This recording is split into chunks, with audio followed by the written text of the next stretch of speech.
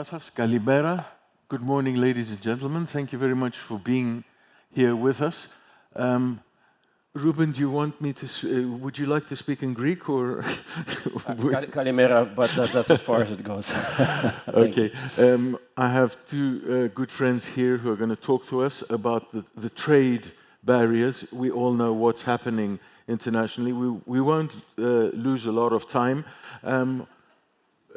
My first guest here is Ruben. Can you please tell your surname, because I cannot pronounce it very well?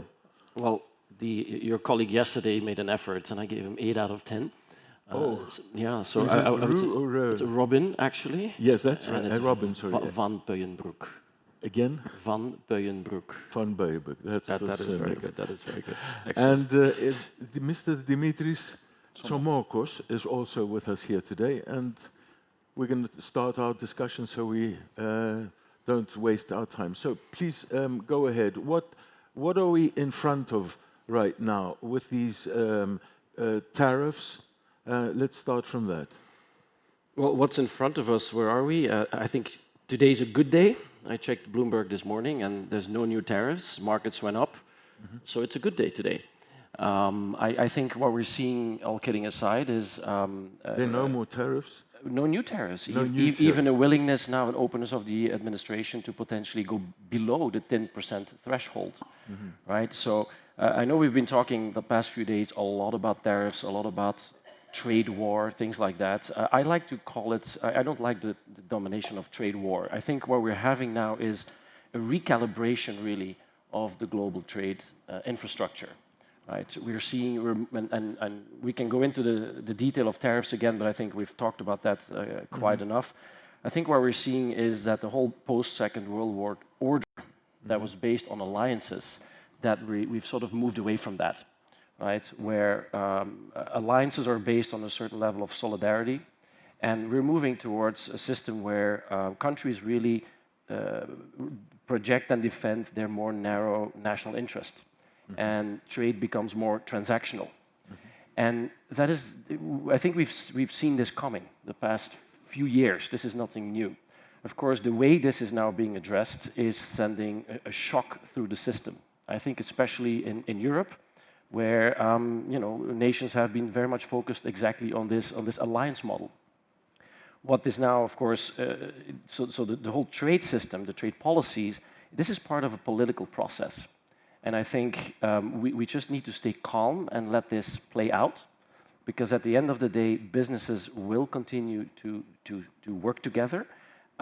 This is also what our organization is very much involved with, is continue to provide this platform for businesses, for companies, for cities to continue to speak with each other, to meet, to find ways to do business. What, of course, this whole situation causes is a lot of uncertainty. What does your business do especially? So we are, as the World Trade Centers Association, we are an international trade association. So we have about 300 World Trade Centers around the world. Based in New York? We're based, headquartered in New York, but we're a global organization. And our mandate as a trade association is to promote, to stimulate international trade and development. So we're in about 100 countries. And as such, I think we're the largest business interconnected in the world. And maybe important to mention is that the vast majority of our constituents, businesses, are small and medium enterprises. Right. And to come full circle with that uncertainty, it's especially for small and medium enterprises, who are the beating heart of the economy in most countries around the world. Especially for them, the uncertainty itself that we're in right now is extremely difficult, because they don't have the capacity, the resources to really address these everyday changes. So especially for them, I think the situation is very risky and very dangerous. Let's have also a take from Dimitrios. Nice to have you here, Dimitrios. Could you say a few things to people about what you're actually doing, and we can comment on what we started talking about? First of all, I would like to thank the organizers and you, Christos, for the very kind invitation of yours to be back in the Delphi Economic Forum, as we say, the Davos of the Southeast Asia. Who am I? I'm Dimitrios Tsomocos. I have the chair of financial economics at the University of Oxford, at the Said Business School, fellow at St. Edmund Hall, and various other associations, which let me bypass. Now, with respect to tariffs, I will wear not my banking hat, rather my academic hat, in order to assess properly the impact and the repercussions of the tariffs, the economic repercussions. We have to see how the participants will be affected by the tariffs. What will the benefits of the US, or the pros and the cons? The main argument for the tariffs that the administration pushes forward is the protection of the domestic industry and manufacturing. The second argument is revenue generation for the government, which will be, according to some analysts, the Yale Laboratory, for example, my alma mater's analysis, in the vicinity, in the next 10 years, of $1 trillion.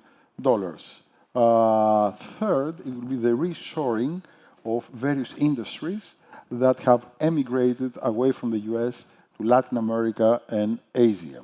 Last but not least, there will be some sort benefits, some sectoral sort of benefits, for example, in shipping and logistics industries, because it tends, we have evidence and data, for example, Walmart, that in anticipation of the tariffs and the increased trade war, they front-load their supplies, and already Walmart and NVIDIA have already embarked on this sort of activities.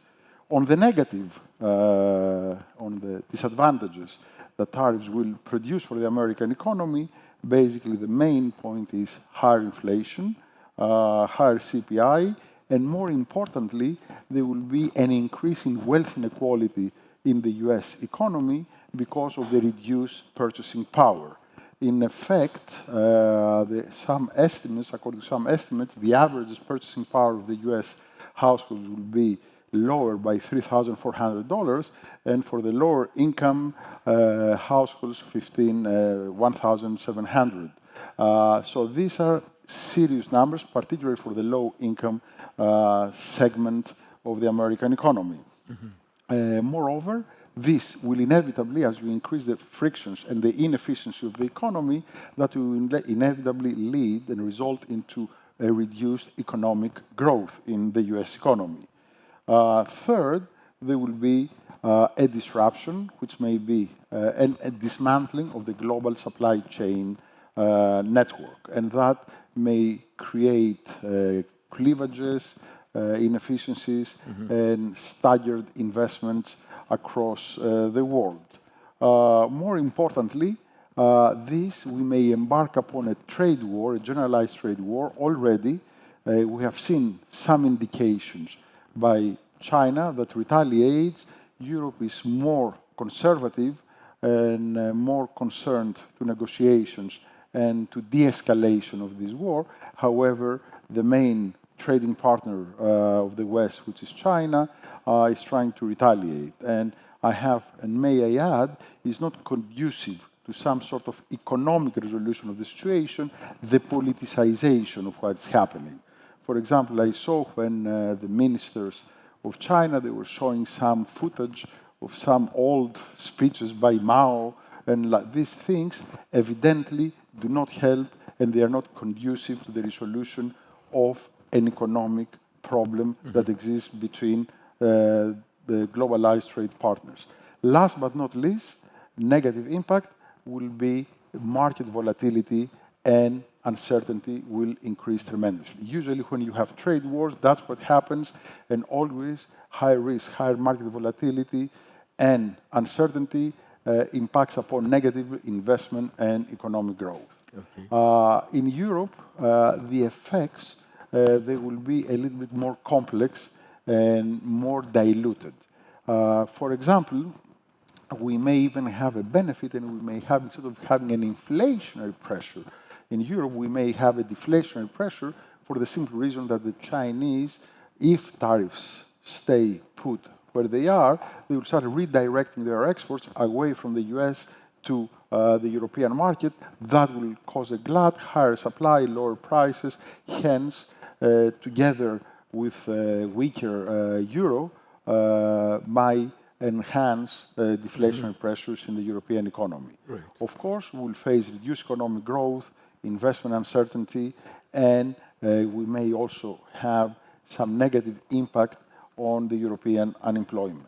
But the punchline of this analysis is, in order to dilute, in order to see, hopefully, an amelioration of this kind of disruptive situation, we have to depoliticize the discussion and the negotiations how to resolve the economic consequences of tariffs. Because the problem lurks if we try to introduce a political economy aspect to the tariff war that may escalate and may go to domains that are unrelated to the international economy and the globalized trade.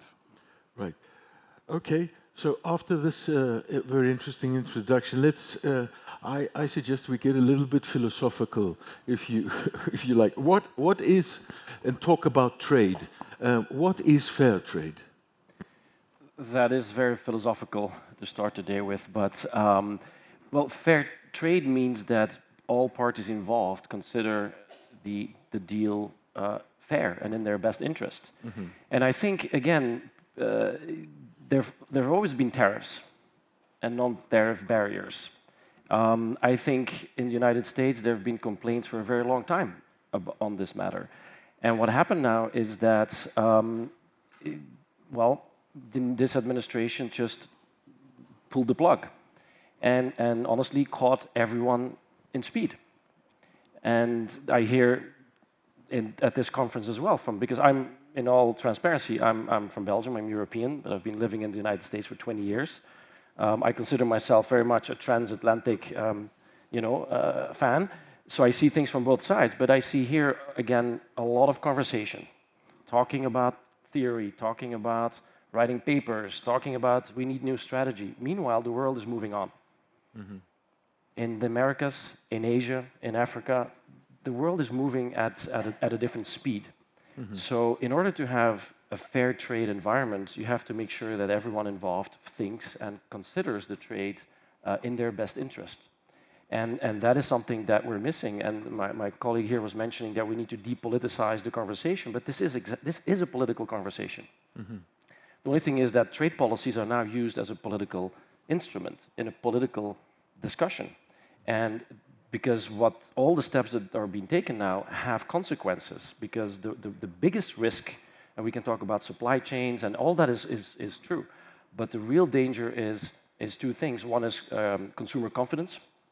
Once you go into a downward spiral where consumers no longer believe that the near future is going to be better, spending will halt. And you have companies will cease to invest because they first want to see how this is going to play out. And the danger is once you go down in a downward spiral, it's very hard to turn that around. What are the most tradable commodities? We talked about that yesterday. Yeah. I mean, the tradable commodities, it's basically... And I noted something very interesting. You Right. told me that the USA, America doesn't grow coffee, but Yeah, I mean, it's taxing it. We're talking about commodities. We always think about lithium or oil or iron ore, but look at coffee. Coffee is a commodity. The United States is the largest consumer of coffee, right? But it doesn't grow any coffee. So coffee is an essential commodity. So I think when we go back to COVID, we've been through this shock before. During COVID, the war in Ukraine is another example. During COVID, countries realized they have no capacity to produce vaccines. They had no capacity to produce masks. So all of a sudden, countries are like, well, we can't be just reliant on someone else to provide that in times of crisis. Because again, when we talk about a fair trade system based on alliances, an alliance means also that there's solidarity, right? Which means in times of crisis, one is helping one another. That didn't really happen. The war in Ukraine is another example. Many African countries depended on grain imports from Ukraine. Yes. So African people were the victim of a war they had nothing to do with. And again, it made countries realize we cannot be dependent of our basic food supply from someone else. So the same applies now with commodities that certain countries just can't source certain commodities. We all have smartphones. If you look at what goes in the batteries, people are mining goodies in Congo. and in very poor conditions. So the question is, we're all depending on those type of resources, but it goes from lithium to coffee beans at the end of the day. So I think in our consumption society today, everything we wear, we eat is a commodity that we basically can't live without as a consumer if we're honest to ourselves. Since we're talking about this, Dimitri, could you give us a take, please, on the labor which is involved in trade, the labor market? Yes, there will be the main argument for tariffs is to have an export-led growth. It is an argument, and I insist that it's an economic argument, it's not a political argument, it's exactly the wrong thing to do, is what the Chinese are not picking up right. They politicize and they think it's a matter of political confrontation. This is a purely economic issue that will have sectoral and employment impacts, the same way that climate change will have transition risk, will impact upon income and wealth inequality. Likewise, tariffs asymmetrically affect different sectors of the economy differentially.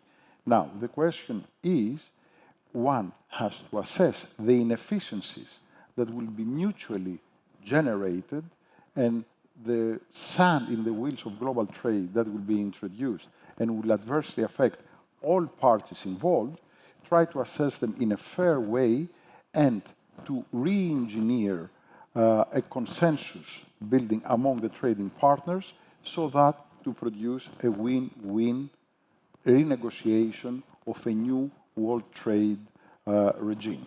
That may involve the foreign exchange management by China, primarily reciprocal tariffs that have already been introduced, and so on and so forth. Yet, the main point is that one has to assess the sectoral impacts of tariffs rather than the political ramifications that a trade and a tariff war may generate. It is an economic question and has to be dealt with purely technocratic levers. And in order to give a solid and a concrete example of what I mean, for example, during the Eurozone debt crisis, whenever the negotiations between the creditors and the debtors got a political aspect, then the whole solution and the austerity was botched, and at the end of the day, it was mutually detrimental both for the creditors and the debtors. Yeah. And that's the thing that we should avoid in this economic conjuncture, because trade and global trade, international economics should and must continue uninhibited. Thanks. Robin, we know what America wants, well, momentarily. What does the US stand for as far as trade is concerned? Stand for, I think, the United States, and I cannot speak for the administration, obviously, but will continue to want to trade with the rest of the world. It's just redefining the terms that it's willing to do so. What about the EU? The EU's perspective? I think the same goes for the EU. What we will see, though, is more, again, what I mentioned, is more, everything will happen more on a transactional basis, and you'll see different trading relationships strengthen. You see the EU now finally, after many years, agreeing with Latin American countries on a trade agreement. You'll no doubt see now, because of this pressure, a trade deal with India is in the works. You saw this week that China is now opening the door to Europe for a trade agreement, which was probably a few weeks ago impossible because of the terms that each bloc was willing to accept. And now there's a more of a rapprochement happening right there. So you'll see other trading blocs, other trade relationships being established. But I do think this is, again, for Europe, a wake-up call to basically change. And the experience is that in Europe, things do happen when they're under an enormous pressure, like what happened with the establishment of the euro or during COVID. So when there's an externality, an external pressure, an economic and political pressure, then Europe tends to really have the capacity to actually get things done and speed up the process, like modernize. Also, the European Union is a union, right? So it's not a federalist entity. quite a lot of people are disenfranchised in the European Union. And you were talking to me, we spoke yesterday, how angry the Romanians are. And that was very interesting, what you told me. They say they were better off in the past.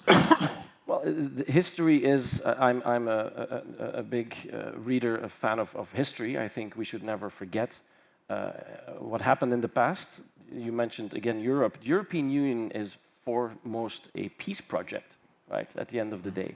And today people make decisions on what they see from them today. But yes, refer to a poll in Romania where a lot of young people basically think that times were better under Ceausescu.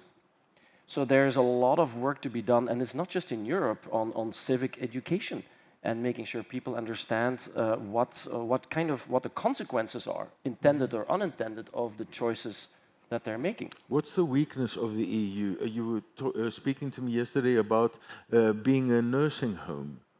Yeah. Well, but no, I think because we put this in the broader context. Must be careful. I'm a journalist. I remember everything. Yeah, no, but that's fine. But I think it's as an economy, it needs to also realize what is happening in growth markets like India. Look at the demographics don't lie, right? So I think Europe has I always see the glass half full, and I think this situation, this shock that's going through the system, is also again a wake-up call, I think, for Europe to make things better, to modernize, and how this will happen is still unclear.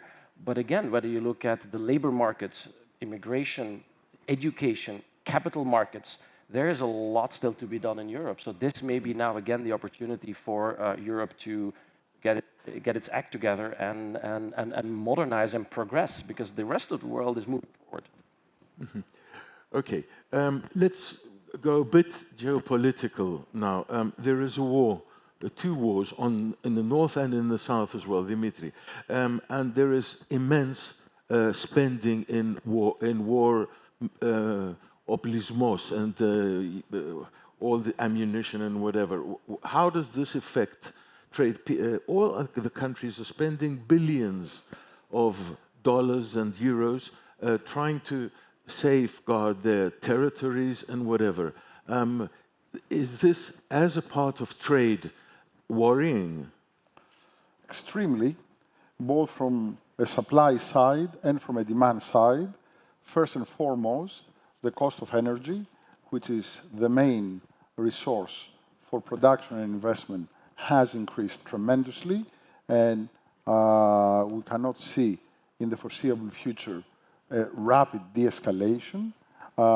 Number two, debt sustainability, that's an issue both for Latin America as well as the US nowadays, has not get any better, and the usual problems will start emerging when Europe will try to create the common army and rearm and the rest of it. Hence, the sooner that we resolve both wars, the better it is for the international trade. Obviously, some sectors may benefit, like the military sector and the military industry may benefit by rearming and the rest of it. However, the big bulk of the economy doesn't prosper during war-like or wartime situation. Yeah. Hence, it is imperative that we try in a consensual and a mutually beneficial way to resolve both of these conflicts before they go out of control and they create a much more chaotic situation that it already exists internationally. Thank you, Dimitrios. Can I add something to that? Yeah. Because it's, again, you asked me the question about Europe. So yesterday in conversation with General Petraeus, he was mentioning that the US is spending $800 billion on defense, and we'll up that to $1 trillion. That's a huge amount of money. The EU together, the European countries, spend about $400 billion. But their operational capacity is at 10% of the US. So again, this is a wake-up call. This is a shock through the system. If you spend 50% of what the US is spending, but you only have 10% of operational capabilities, you need to ask the question, like, what are we spending this money on? Yeah. And the EU can now say, well, we're going to have a defense fund, $800 billion, which again, it's all about making choices. Choices about social security, is about employment, so is about education. So if you decide to spend all this money on defense, where is this money going? Is it going to the hardware of yesterday, or is it actually going to be invested in something that's for the future? And just the spending on product or hardware itself is also potentially futile. If you don't, to go back to civic education, if there's no education of citizens on what this is all about, and if citizens don't want to be engaged in preventing conflict, let's focus on that as well. I'm looking at the clock and it's right, 0, but I'm going to squeeze one more in, and maybe if somebody wants to ask a question, they can do it. We've spoken about US, about Europe, about China, India. What about Africa? This is very close to me because I was born there, and my half heart is there always. Where were you born? I was born in Zimbabwe. In Zimbabwe, Yeah. okay. Well, I think I mentioned before, demographics don't lie. You'll see population in Africa doubling in the next 20 years. The young people that we will all need to do a lot of the work will be in Africa. Okay. And I think the future of Africa is bright. You see the Inter-Africa Continental Free Trade Area developing, so there's a lot of domestic continental African initiatives happening. Also for our organization, Africa is definitely a growth market, and I'm very optimistic about the prospects of the continent. Would anybody want to ask just one question? We've got a few seconds left, and anyway. Thanks. Yes, Dimitri. Just one point about Africa.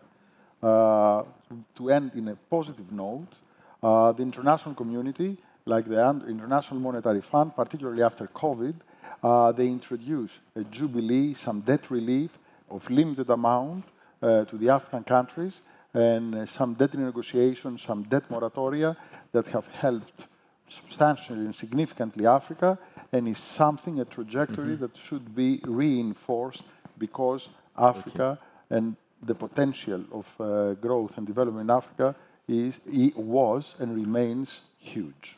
Thank you both very, very much. Thank you as well. We tried to squeeze as many things as possible in. I hope you enjoyed it.